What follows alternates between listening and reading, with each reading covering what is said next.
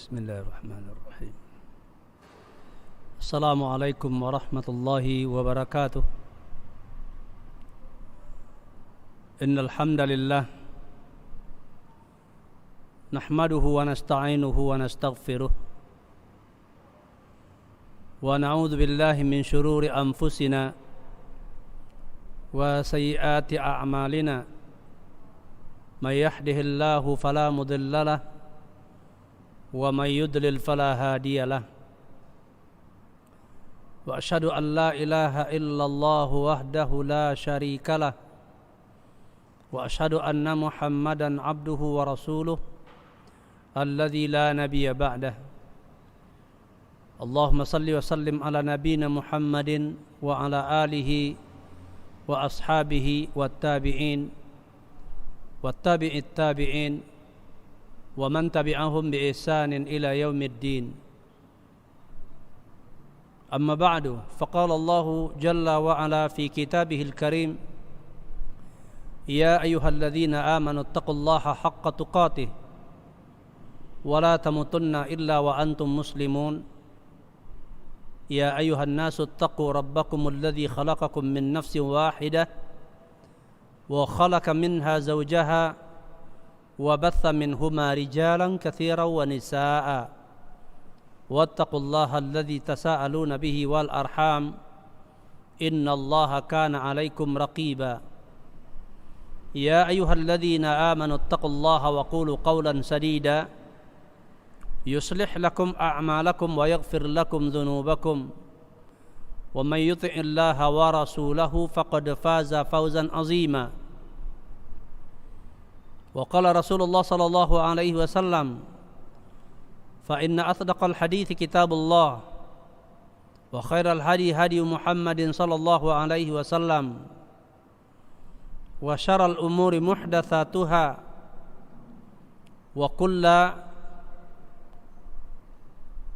وكل شر بدعة وكل بدعة ضلالة وكل ضلالة في النار. Para pemirsa Rasyad TV yang dimuliakan Allah Subhanahu wa taala. Alhamdulillah, dengan izin dan pertolongan Allah Subhanahu wa taala, pada sore ini kita kembali dapat bertemu, dan semoga Allah memberikan kesehatan dan keberkahan kepada kita.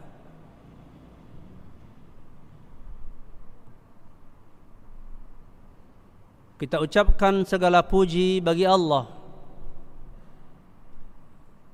yang telah menganugerahkan kepada kita banyak kenikmatan,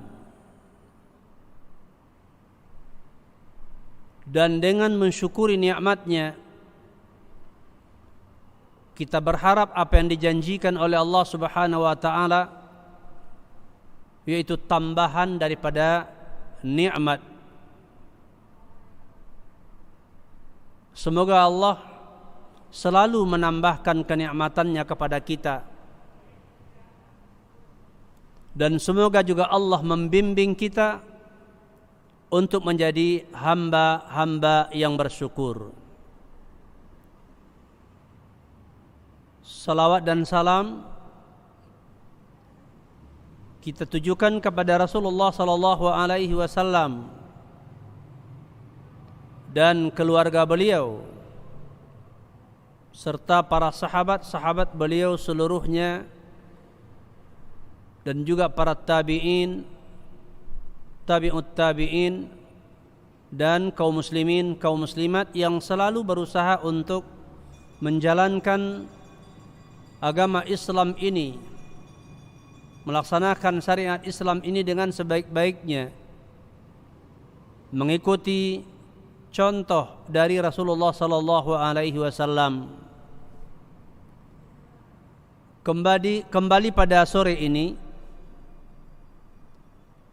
kita kepada pembahasan kitab Syarah Al-Qawaid wal Usulul Jami'ah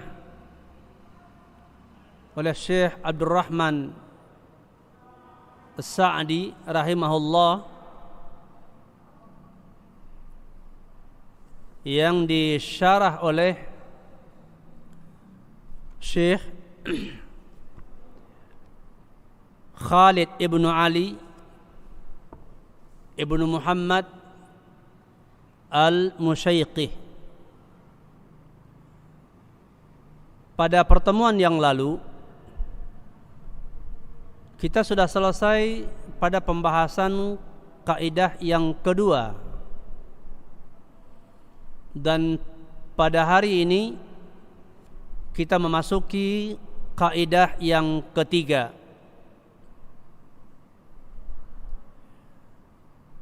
yaitu penulis menyebutkan al-qaidatus tsalitsah, kaidah yang ketiga, al-masyaqqatu tajlibut taisir. Perkara-perkara yang berat atau yang sulit maka akan mendatangkan kemudahan, yaitu perkara-perkara yang sulit untuk dilaksanakan, maka di sana akan terdapat syariat mempermudahnya, memudahkannya, karena pada dasarnya agama Islam adalah agama yang bersifat kemudahan. Ad-dinu yusrun, agama itu adalah mudah.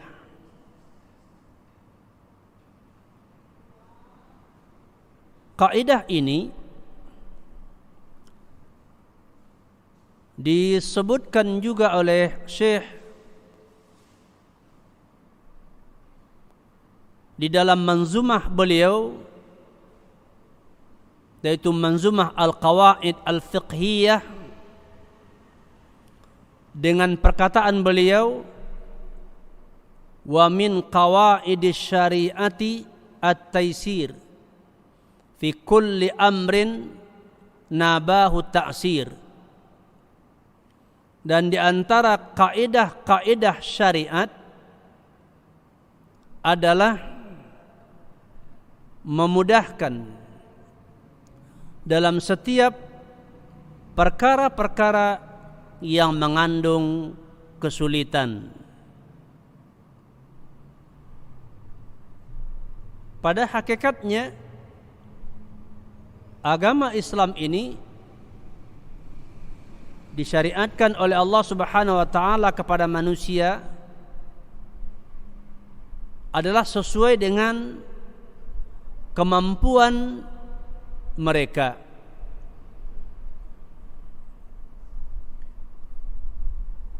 Kalimat at-taisir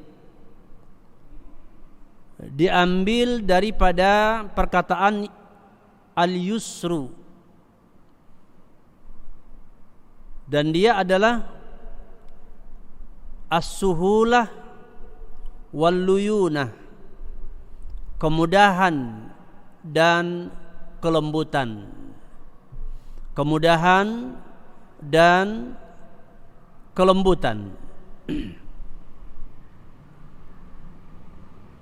Dan perkataan beliau fi kulli amrin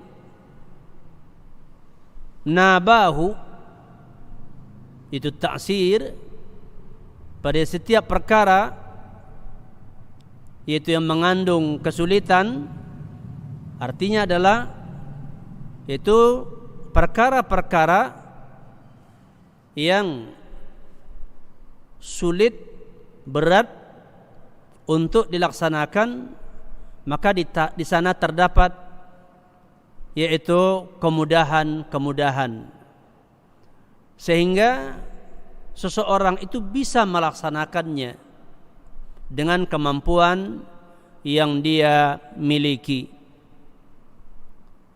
Maka maksud daripada kaidah ini, ya, maksud daripada kaidah ini adalah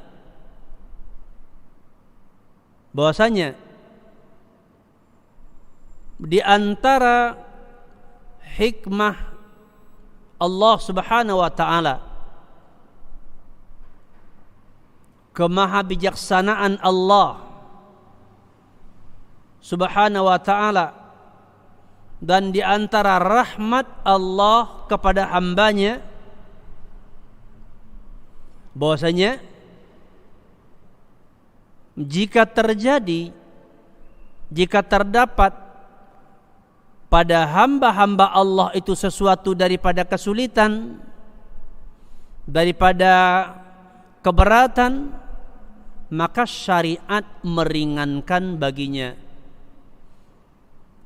Maka syariat akan meringankan baginya.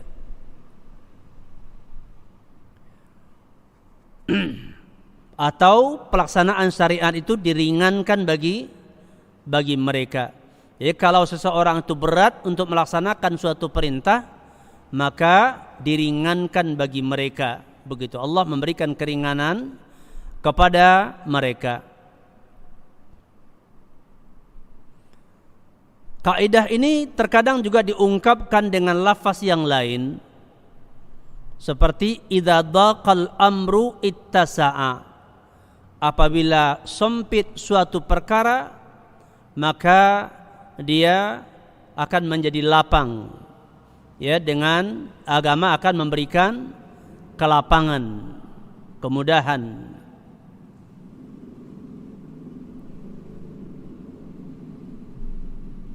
Dalil daripada kaidah ini adalah firman Allah Subhanahu wa taala di surat Al-Baqarah ayat 286. Allah mengatakan, la yukallifullahu nafsan illa wus'aha, laha ma kasabat wa 'alaiha maktasabat. Rabbana la tu'akhidna in nasina aw akhtana. Rabbana wala tahmil alaina isran kama hamaltahu 'alal ladzina min qablina. Rabbana wala tuhammilna ma la taqata lana bih wa'fu 'anna waghfir lana warhamna anta maulana fansurna 'alal qaumil kafirin. Allah Subhanahu wa taala tidak membebani seorang hamba kecuali menurut kemampuannya atau berdasarkan kemampuannya. Maka untuk dia pahala dari apa-apa yang dia amalkan, yang dia usahakan, dan baginya dosa atas atau iqab, ancaman iqab atas dosa-dosa, kesalahan-kesalahan yang dia lakukan.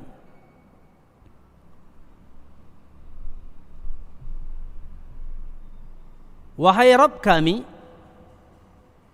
janganlah engkau siksa kami jika seandainya kami lupa atau kami tersalah. Wahai Rabb kami, janganlah engkau pikulkan kepada kami beban yang berat sebagaimana engkau pikulkan, engkau bebankan kepada orang-orang sebelum kami, yaitu kepada kaum sebelum kami, orang-orang terdahulu.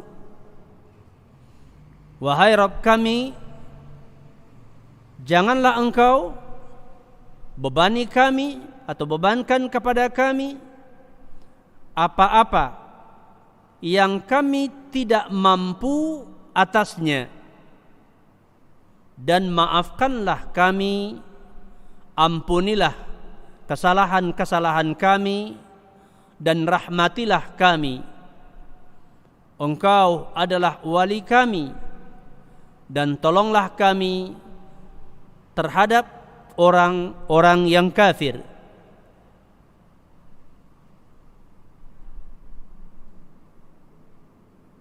Nah, di sini Allah Subhanahu wa taala menyebutkan bahwa pembebanan syariat kepada seseorang, kepada hamba, itu adalah berdasarkan kemampuannya, dan dia akan diberi pahala dari kebaikan-kebaikan yang dia laksanakan, dan diancam dengan iqab, ya, diancam dengan iqab apabila dia melakukan dosa. Ancaman ini belum tentu terlaksana. Kemudian Allah Subhanahu wa taala juga menuntun hambanya dengan doa, dan inilah merupakan perintah untuk berdoa, menunjukkan bahwa itu adalah merupakan pertolongan dan rahmat Allah Subhanahu wa taala kepada orang-orang yang jatuh kepada kesalahan. Di mana doanya disebutkan di ayat ini, wahai Rabb kami, janganlah engkau siksa kami jika kami lupa dan tersalah. Dan ini dikatakan bahwasanya sudah merupakan perkara yang dikabulkan oleh Allah Subhanahu wa taala, di mana Allah sudah menjadikan orang yang melakukan kesalahan dikarenakan lupa, Allah tidak membebaninya. Kemudian juga doa, ya Allah, janganlah engkau pikulkan kepada kami beban yang berat sebagaimana engkau pikulkan kepada orang-orang sebelum kami. Ini juga sudah dikabulkan oleh Allah kepada umat Nabi Muhammad sallallahu alaihi wasallam. Sebagaimana disebutkan oleh Ibnu Hajar Al-Asqalani rahimahullah, bahwasanya orang-orang terdahulu ada di antara mereka yang taubatnya diperintahkan oleh Allah dengan cara bunuh diri. Sebagaimana firman Allah di surah Al-Baqarah ayat 54, ya, di mana ketika berkata Musa kepada kaumnya,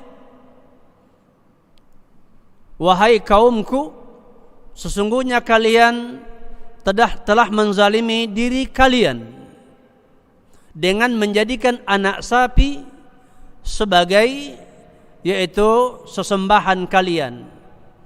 Maka oleh sebab itu bertaubatlah kalian kepada Tuhan kalian, kepada Rabb kalian, dan bunuhlah diri kalian. Yang demikian itu lebih baik bagi kalian di sisi Rabb kalian. Sementara umat Nabi Muhammad ini sudah diberi keringanan oleh Allah bahwa bertaubat cukup dengan menyesali dosa dan kesalahan yang dilakukan, kemudian menghentikan atau meninggalkan kesalahan-kesalahan tersebut, dan kemudian ya berjanji dan bertekad tidak akan kembali kepada dosa itu, dan diiringi dengan memperbanyak amalan-amalan saleh, amalan-amalan yang baik. Ini merupakan keringanan, kemudahan yang diberikan oleh Allah Subhanahu wa taala kepada umat Nabi Muhammad sallallahu alaihi wasallam. Kemudian, wahai Rabb kami, janganlah engkau bebani kami dengan sesuatu yang kami tidak mampu, dan maafkanlah kami, ampunilah kami, rahmatilah kami, engkau adalah wali kami, sesembahan kami, dan tolonglah kami terhadap kaum yang kafir. Itu tolong dengan keimanan, tolong dengan yaitu hujjah, dan tolong dengan yaitu kekuatan, ya, pertolongan dengan yaitu kekuatan. Begitu juga firman Allah Subhanahu wa taala di surah At-Taghabun ayat 16, Allah mengatakan, "Fattaqullaha mastata'tum." Bertakwalah kalian kepada Allah ya, menurut apa-apa yang kalian mampu. Ini adalah dalil dari Al-Qur'an, di antara dalil dari Al-Qur'an bahwasanya agama Islam dibangun di atas dasar kemudahan, atau Allah Subhanahu wa taala tidak membebani kepada yaitu umat ini, kepada hambanya ini, kecuali berdasarkan apa yang mereka mampu. Maka oleh sebab itu kaum muslimin, para pemirsa yang dimuliakan Allah Subhanahu wa taala, jika kita renungi perkara ini, maka pada hakikatnya tidak ada kebutuhan bagi kita untuk yaitu melanggar aturan-aturan syariat, untuk meninggalkan perkara-perkara yang diwajibkan, dan untuk melakukan perkara-perkara yang diharamkan. Dikarenakan melaksanakan apa yang diperintahkan dan meninggalkan apa yang dilarang sudah dipastikan untuk keselamatan kita, untuk kemaslahatan kita, sebagaimana yang disampaikan pada kaidah pertama. Sementara di dalam melaksanakan juga dipastikan bahwasanya itu pun adalah perkara yang kita mampu untuk melakukannya. Allah tidak pernah memaksakan kepada kita suatu perkara yang kita tidak mampu untuk melakukannya atau tidak mampu untuk meninggalkan sesuatu. Kemudian dalil dari sunnah, ya, dalil-dalil daripada sunnah. Di antaranya adalah apa yang diriwayatkan oleh Imam Ahmad di dalam kitab Musnad beliau dan lainnya secara marfu', di mana Nabi mengatakan, "Walakinni bu'istu bil hanifiyyati samhah." Bahwasanya Nabi mengatakan, akan tetapi aku diutus dengan agama, dengan syariat yang lurus lagi memiliki kelapangan, ya, agamanya agama yang lurus, agama yang hak sesuai dengan fitrah manusia dan untuk keselamatan manusia, dan agamanya yaitu adalah bersifat lapang, mudah, ya, apa-apa yang diperintahkan oleh Allah itu mampu dilakukan oleh hambanya. Jika ada hamba-hamba yang ya karena sesuatu hal berat, maka syariat itu akan mempermudah, akan ada kemudahan-kemudahan kepada seseorang, begitu. Seperti umpamanya orang yang tidak bisa sholat berdiri, maka dia boleh sholat duduk. Orang yang tidak mampu berpuasa di bulan Ramadan karena sakit atau mungkin safar, dia bisa mengganti pada hari yang lain, ya. Jadi jika ada kesulitan, maka di sana akan ada yaitu kemudahan, sehingga apa yang disyariatkan tersebut dapat dilaksanakan dengan sebaik-baiknya. Dan dari Anas bin Malik radhiyallahu an, dari Nabi sallallahu alaihi wasallam, beliau berkata, "Yassiru wa la tu'assiru, wa basyiru wa la tunaffiru." Permudahlah oleh kalian, mudahkanlah oleh kalian, yaitu urusan agama ini, dan janganlah dipersulit, dan gembirakanlah, ya, gembirakanlah, dan janganlah yaitu membuat orang jauh, membuat orang yaitu benci kepada agama ini. Dan juga dari Abu Hurairah radhiyallahu anhu, dari Nabi sallallahu alaihi wasallam, Nabi mengatakan, "Innad dina yusrun wa la yushadda ad-dina ahadun illa ghalabahu. Fasaddidu wa qaribu wa abshiru wasta'inu bil ghadwati war rauhati wa syai'in minad duljah." Kata Nabi, sesungguhnya agama ini adalah mudah. Sesungguhnya agama ini adalah mudah. Prinsipnya adalah kemudahan. Maka tidak adalah seseorang yang mempersulit atau yang memberat-beratkan, kecuali maka agama itu akan mengalahkannya. Jadi tidak ada seseorang yang memberat-berati dirinya atau memaksa-maksakan dirinya, kecuali agama akan mengalahkannya. Padahal agama itu bersifat mudah, bisa dia lakukan begitu. Maka oleh sebab itu, maka berlaku luruslah, dan mendekatlah kepada yang semestinya, yang hak, dan kemudian gembirakanlah dan mohonlah pertolongan, atau bergembiralah dan mohonlah pertolongan kepada Allah di pagi hari, di awal pagi, ataupun di sebahagian waktu, atau itu setelah zuhur, warauhah, setelah zuhur, dan kemudian di sebahagian waktu di malam hari, di sebagian waktu di malam hari. Ini dalil dari sunnah yang menunjukkan bahwa agama Islam ini adalah agama yang bersifat kemudahan. Kemudian dalil dari ijma'. Ijma' itu kesepakatan para ulama yang menunjukkan bahwa agama Islam adalah agama yang pada prinsipnya adalah yaitu bersifat kemudahan.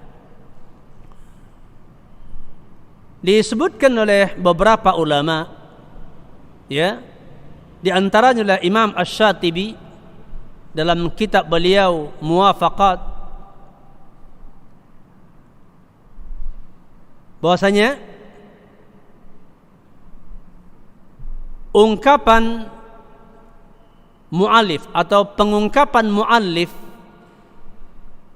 di dalam manzumah beliau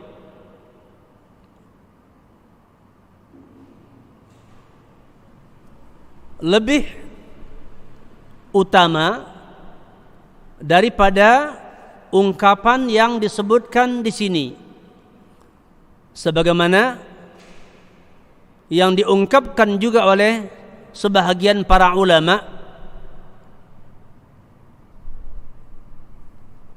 dengan perkataan mereka, yaitu ungkapan yang dimaksudkan al-masyaqqatu tajlibut taisir. Masyaqqah yaitu perkara yang berat akan mendatangkan kemudahan. Kalau yang di dalam manzumah beliau dalam qawaid al-fiqhiyah yang telah disebutkan tadi, yaitu wa min qawaidis syariah at-taisir fi kulli amrin naba'ut ta'sir. Hal itu bahwasanya yang di dalam manzumah ini dikatakan lebih utama, artinya bisa jadi dikatakan lebih mengena begitu lebih mengena, lebih mudah untuk difahami begitu, bukan berarti bertentangan Yang demikian itulah karena beberapa hal.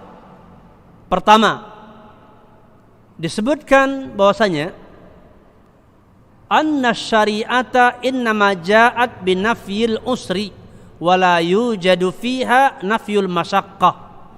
Bahwasanya syariat hanya saja datang dengan menafikan kesulitan dan tidak dikatakan menafikan masyaqqah. Yang kedua, alasannya adalah bahwasanya hukum-hukum syariat hukum-hukum syariat tidak terlepas daripada jenis masyaqqah. Artinya memang ada masyaqqah di dalam menjalankan syariat. Dan tidak diragukan lagi bahwasanya contohnya jihad, berjihad. berperang, di dalamnya terdapat masyaqqah. Ya, berat. Berperang itu berat. Seperti juga al-amru bil ma'ruf wan nahyu 'anil munkar fihi masyaqqah.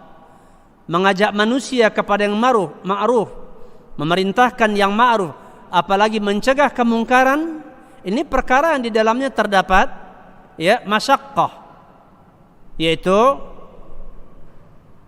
hal-hal yang berat.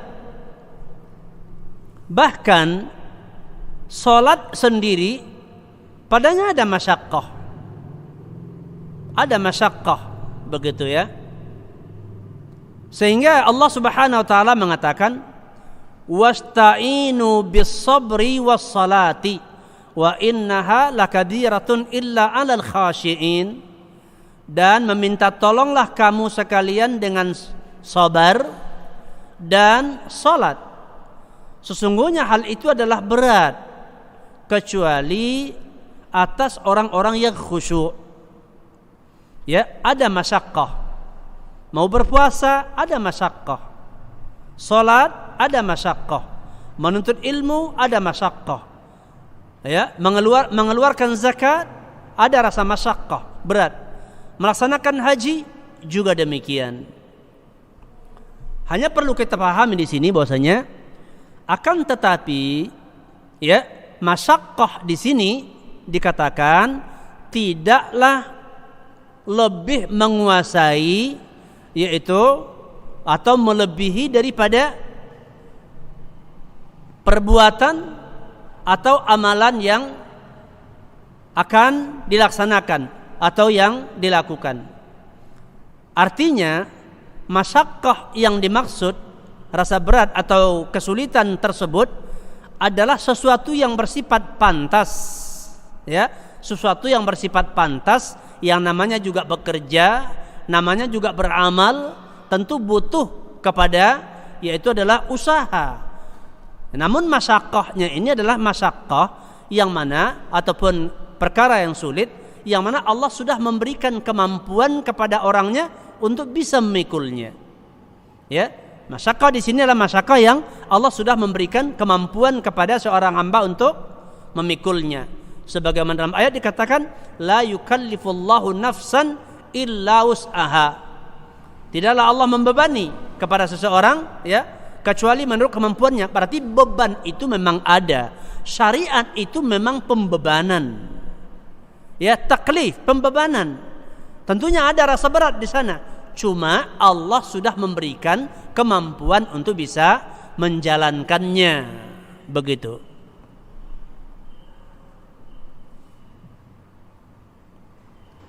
Dan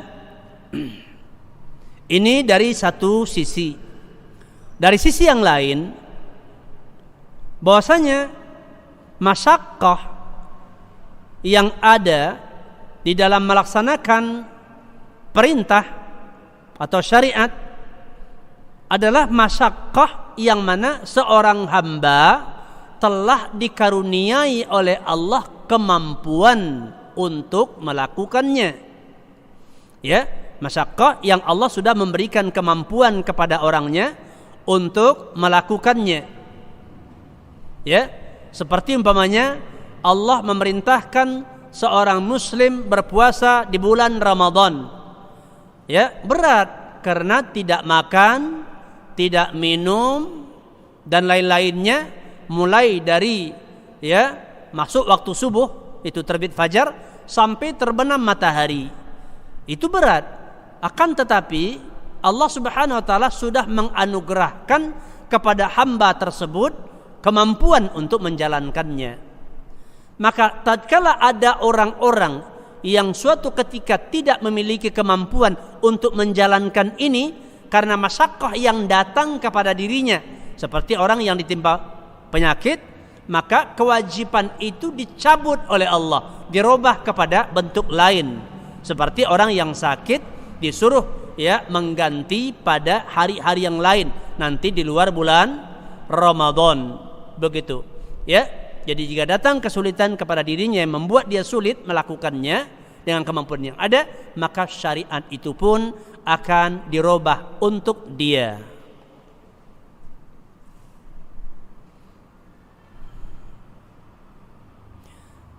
Kemudian juga sisi yang lain adalah bahwasanya maslahat yang dihasilkan, yang diperoleh oleh seseorang di dalam melaksanakan amalan tersebut itu lebih besar dibandingkan dengan masyaqqah, kesulitan yang dia alami di dalam menjalankan. Ya. Jadi ini masyaqqah ini sesuatu yang wajar. Meskipun di dalam menjalankan amalan itu ada masyaqqahnya, ada kesulitannya, namun maslahatnya lebih besar. Dan dia mampu menjalankannya. Ya, dasarnya dia mampu menjalankannya, begitu. Makanya juga Nabi kita sallallahu alaihi wasallam mengatakan, ya, kullu ummati yadkhulunal jannah illa man aba. Semua umatku, kata Nabi, ya, akan masuk ke dalam surga kecuali orang yang enggan. Wa qila man aba ya Rasulullah? Ditanyakan kepada beliau, siapa yang enggan wahai Rasulullah? Kata beliau, faman ata'ani dakhalal jannah. Siapa yang taat kepada aku, yang patuh kepada aku, masuk surga. Wa man asani fahuwa aba. Siapa yang yaitu durhaka kepada aku, yang bermaksiat kepada aku, yang tidak mengikuti aku, tidak menjalankan syariat ini, maka dialah orang-orang yang enggan atau orang yang sombong.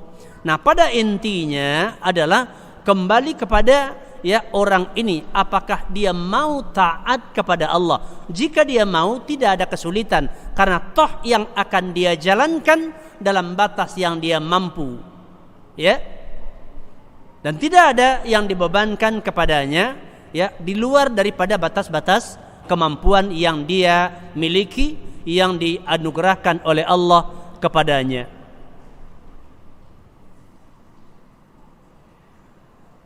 Nah, sebagai contoh dapat kita fahami dalam hal ini untuk memudahkan kita, seperti umpamanya para ahli kesehatan, dokter umpamanya, yang merawat orang sakit, ya. Dokter ini memberikan obat kepada orang yang sakit, seperti diantaranya obat yang pahit. Nah, ini kan sulit bagi orang untuk mengkonsumsinya. Atau ada juga orang yang berobat itu oleh dokter harus dipotong sebagian anggota badannya, ya, dibedah dan lain-lainnya, dijarum, disakiti, ya, diinfus dan berbagai cara lain, ya. Tapi semua ini dilakukan dalam batas-batas yang tidak membahayakan kepada si pasien, dan kemudian dengan tujuan maslahat yang besar, yaitu adalah untuk mengobati atau mengangkat penyakit yang menimpanya, ya, sehingga si orang sakit bisa menerima apa yang dilakukan oleh si dokter. Nah, sekarang syariat Islam ini datang kepada kita manusia dari zat yang maha mengetahui, dari zat yang maha bijaksana, dari zat yang menciptakan kita, dari zat yang menjamin dan menutupi segala kebutuhan-kebutuhan kita, yang mana keselamatan kita itu adalah di tangannya. Maka apa alasan, ya, kita manusia ini untuk tidak mentaati Allah Subhanahu wa taala, untuk tidak menerima syariatnya, padahal syariat tersebut dikatakan bahwasanya dia dibangun di atas kemudahan dan maslahatnya adalah untuk mereka, bukan kembali kepada Allah tapi kepada mereka yang menjalankan, dan di dalam menjalankan syariat tersebut pun hanya dalam batas-batas yang mereka mampu melakukannya, yang Allah sudah berikan kepada mereka kemampuan tersebut, dan kemampuan itu juga merupakan pemberian daripada Allah Subhanahu wa taala. Bahwasanya dapat kita ketahui hukum-hukum syariat, ya, hukum-hukum syariat ini tidaklah bermaksud untuk mempersulit seorang hamba atau bukan untuk mempersulit ya para hamba. Artinya Allah Subhanahu wa taala tidaklah bertujuan dengan mensyariatkan sesuatu untuk menyulitkan hamba, tapi adalah tujuannya untuk kemaslahatan hamba tersebut di dalam melaksanakan apa-apa yang disyariatkan tersebut. Artinya keselamatan, kemaslahatan seorang hamba terdapat di dalam menjalankan syariat, dalam melaksanakan perintah dan di dalam meninggalkan larangan. Ya, dengan itu mereka memperoleh keselamatan. Dan kemudian dalam menjalankannya pun toh menurut batas kemampuan mereka. Bukan memaksakan sampai mereka susah di dalam melakukannya, tidak. Ya, bahkan jika ada kadang-kadang kondisi yang menyulitkan mereka karena keadaan-keadaan tertentu, maka ya pensyariatannya kepada mereka bisa berubah, ya untuk dengan tujuan adalah memberikan kemudahan kepada mereka, seperti contoh-contoh yang telah disebutkan tadi.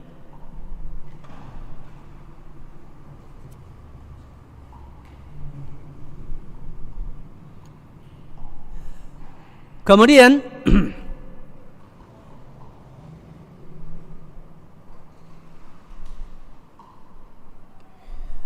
disebutkan bahwasanya masyaqqah dibagi oleh para ulama menjadi dua bahagian.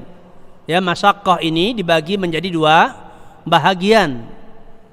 Pertama, masyaqqatun mu'tadatun.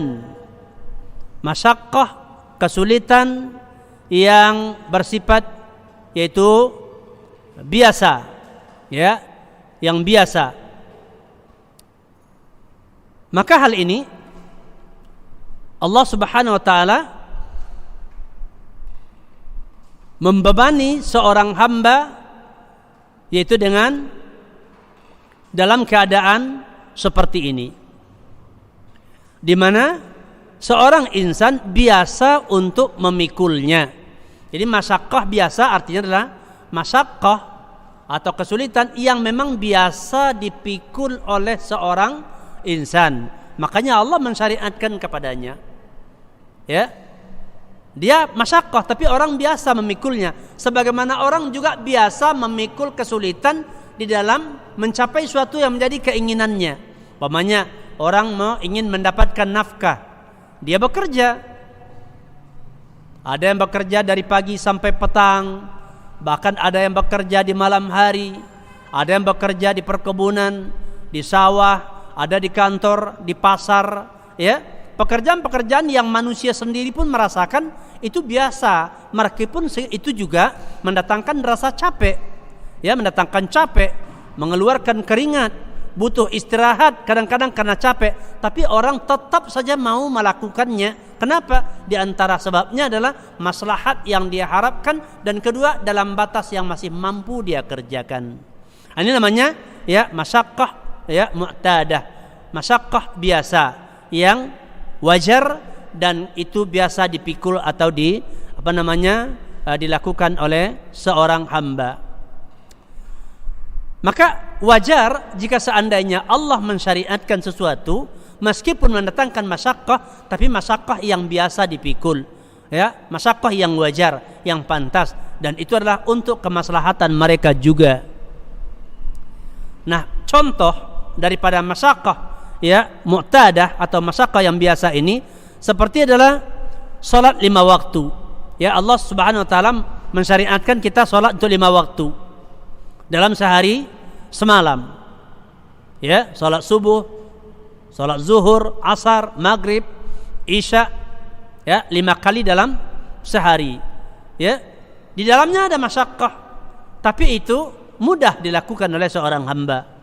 Begitu juga puasa di bulan Ramadan, ya, berat, terasa lapar, terasa haus, ya, menahan nafsu, ya, sehingga terasa berat. Namun, ya, itu hal yang biasa, ya, itu hal yang biasa dan orang mampu melakukannya. Padahal jika itu dilakukan, dia akan memperoleh yaitu kemaslahatan yang sangat besar. Kemaslahatan dalam kehidupan dunia dan kemaslahatan keselamatan di dalam hidup di akhirat. Begitu juga zakat, ya, zakat seperti orang mengeluarkan harta. Terasa berat untuk mengeluarkan harta. Tapi ya, ini berat yang wajar.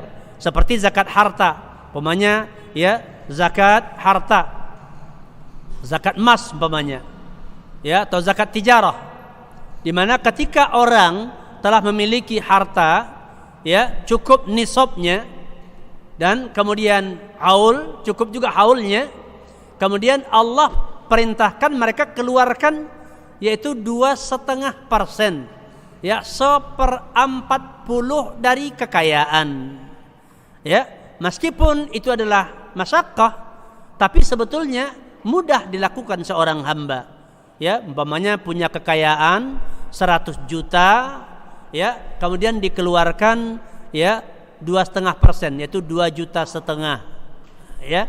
Jadi hal yang bisa dilakukan, padahal dengan mengeluarkan zakat tersebut, hamba tersebut akan memperoleh manfaat yang besar, akan memperoleh maslahat yang besar, ya, maslahat di dunia dan juga maslahat dalam kehidupan di akhirat nanti, ya.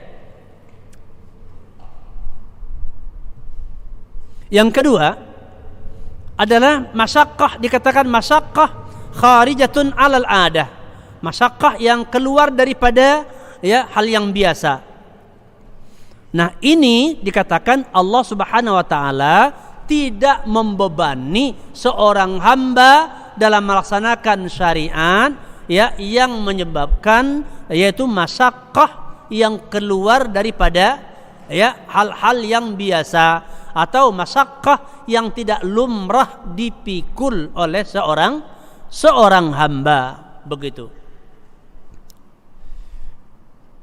Maka dalam hal ini Allah tidak membebani mereka. Contohnya apa? Contohnya umpamanya adalah ya salat, ya, sepanjang malam tanpa istirahat, tanpa tidur, ya, enggak disyariatkan. Atau ya puasa, ya, yang bersambung, atau mengeluarkan harta, ya, mengeluarkan harta seluruhnya. Misalnya kalaulah disyariatkan zakat itu mengeluarkan harta seluruhnya, kemudian cari lagi yang baru. Nah, ini kan berat. Pokoknya setahun sekali, ya, berapa sisa harta yang ada, keluarkan semua.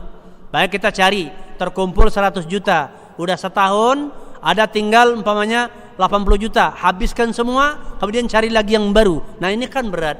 Nah, Allah tidak mensyariatkan demikian. Bahkan tidak juga separuhnya, bahkan tidak seperempatnya, begitu, ya. Jadi Allah tidak mensyariatkan kecuali dalam batas yang bisa dilakukan, bahkan sedikit, seperti zakat, ya, zakat harta, zakat perdagangan atau zakat emas umpamanya, yang hanya diminta 2,5% atau 1/40 daripada kekayaan yang dia miliki. Dan itu juga adalah untuk kemaslahatan dia, begitu, ya, maslahatnya kembali kepada dirinya. Kemudian para ahli fikih, ya, para ahli fikih membagi masyaqqah ini kepada 3 bahagian, sebagaimana yang disebut oleh Ibnu Nujaim Al-Hanafi dalam kitabnya Al-Ashbah wan Nazair. Ya, masyaqqah ini dibagi kepada 3 bahagian. Bahagian yang pertama, kemampuan seseorang itu adalah berat atau tidak mampu untuk melakukannya. Ya, masyaqqah yang menjadikan atau yang menghalangi seseorang untuk bisa melakukan sesuatu. Seperti umpamanya mengeluarkan harta seluruhnya, ya, untuk zakat. Nah, ini kan berat. Ya, kalau seseorang dipaksa mengeluarkan harta seluruhnya untuk zakat, itu berat. Nah, ini bagian yang pertama, yaitu masyaqqah yang berat. Yang kedua adalah masyaqqah yang ringan, masyaqqah khafifah, masyaqqah yang ringan, kesulitan atau rasa berat atau keberatan itu yang sifatnya ringan, ya, dan tidak keluar dari batas-batas kemampuan yang wajar seorang hamba. Seperti apa umpamanya? Umpamanya adalah sakit-sakit ringan, ya, sakit ringan. Umpamanya ada orang luka ujung jarinya, ya, luka ujung jarinya. Apakah bisa jadi alasan untuk tidak sholat ke masjid berjamaah? Dengan alasan kan bahwasanya man sami'an nida fala salata lahu, ya, man sami'an nida fala ya'ti ilaihi fala salata lahu illa min udhrin. Siapa yang mendengar panggilan azan kemudian dia tidak mendatanginya, maka tidak dinilai salatnya kecuali karena uzur. Di antara uzur orang tidak menghadiri salat berjamaah adalah sakit. Nah, luka ujung jari itu juga sakit namanya. Tapi apakah sakit di sini sakit yang menghalangi orang untuk salat berjamaah ke masjid? Tentunya tidak begitu. Ya. Jadi ini namanya masyaqqah yang sifatnya adalah ringan. Artinya apa? Tidak mengganggu orang di dalam menjalankan tugas-tugasnya, ya, kewajiban-kewajibannya. Ya, maka itu tidak termasuk masyaqqah yang menjadikan seseorang diringankan daripada suatu kewajiban, begitu ya. Kemudian yang ketiga adalah masyaqqah yang mungkin yang mungkin dibawa kepada yang nomor satu yang berat dan mungkin dibawa kepada yang nomor dua yaitu kepada yang ringan, ya, yang sifatnya bisa jadi relatif begitu. Contoh apa? Contoh, ya, kalau Syekh Sulaiman Ar-Ruhaili, ya, beliau ketika menjelaskan ini membawakan contoh umpamanya orang yang terkena penyakit pilek umpamanya, ya, pilek atau batuk, ya. Batuk ini bisa jadi berbeda antara seseorang dengan orang lainnya. Sama-sama batuk juga, sama-sama pilek juga. Ada orang yang pilek umpamanya, ya, sampai bisa jadi memang menyusahkan dia. Barangkali, ya, sakit kepalanya dan kemudian, ya, jadi pening, ya. Dan ada orang yang pileknya ringan, tidak mengapa, tidak mengganggu baginya. Maka dalam kondisi seperti ini, ya, jadi masyaqqah yang sifatnya yang ketiga ini, maka dikatakan orang tersebut atau setiap orang dia adalah, ya, dia itu faqih terhadap apa yang dia alami. Artinya apa? Seseorang lebih mengerti tentang keadaan dirinya. Nah, ini butuh kejujuran. Butuh kejujuran kita. Apakah memang ini masyaqqah yang menghalangi kita dari menjalankan, ya, kewajiban, menjalankan syariat atau tidak? Seseorang lebih tahu akan dirinya, ya, dan agama dibangun di atas kejujuran. Nabi mengatakan, "Alaikum bisidqi fa inna sidqa yahdi ilal bir wa innal birra yahdi, ya, ilal jannah." Ya, bahwasanya hendaknya kalian jujur karena kejujuran akan memudahkan orang untuk berbuat baik dan kebaikan akan membawa ke surga. Wa iyyakum wal kadzib fa innal kadziba yahdi ilal fujur wa innal fujura yahdi ilan nar. Dan jauhilah, tinggalkan oleh kalian yaitu bohong, karena bohong itu akan menggiring orang kepada perbuatan-perbuatan, ya, dosa, dan dosa bisa menyebabkan orang masuk ke dalam neraka. Ya.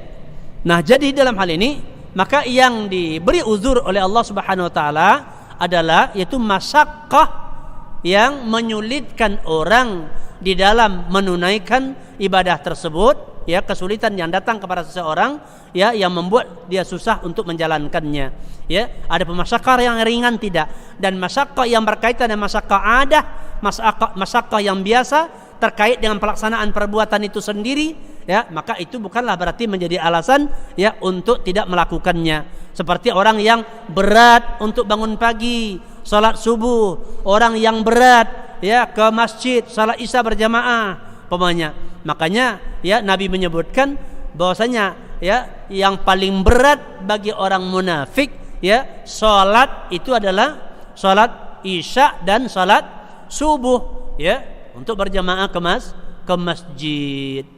Nah, kenapa? Ya kemunafikan datang dari hati mereka, bukan karena kelemahan pada fisik mereka, bukan karena masakkah yang ada, tapi memang hati mereka yang memang tidak mencintai Allah kecuali sangat sedikit.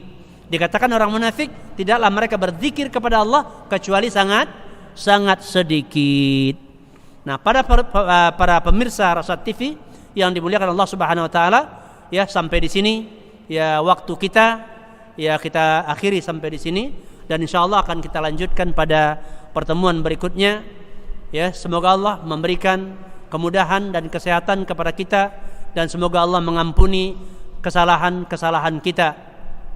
Wabillahi taufiq wal hidayah. Subhanakallahumma wa bihamdika asyhadu an la ilaha illa anta astaghfiruka wa atubu ilaik. Wa sallallahu wasallam ala nabiyyina Muhammadin wa ala alihi wa sahbihi ajmain. Walhamdulillahi rabbil alamin. Assalamualaikum warahmatullahi wabarakatuh.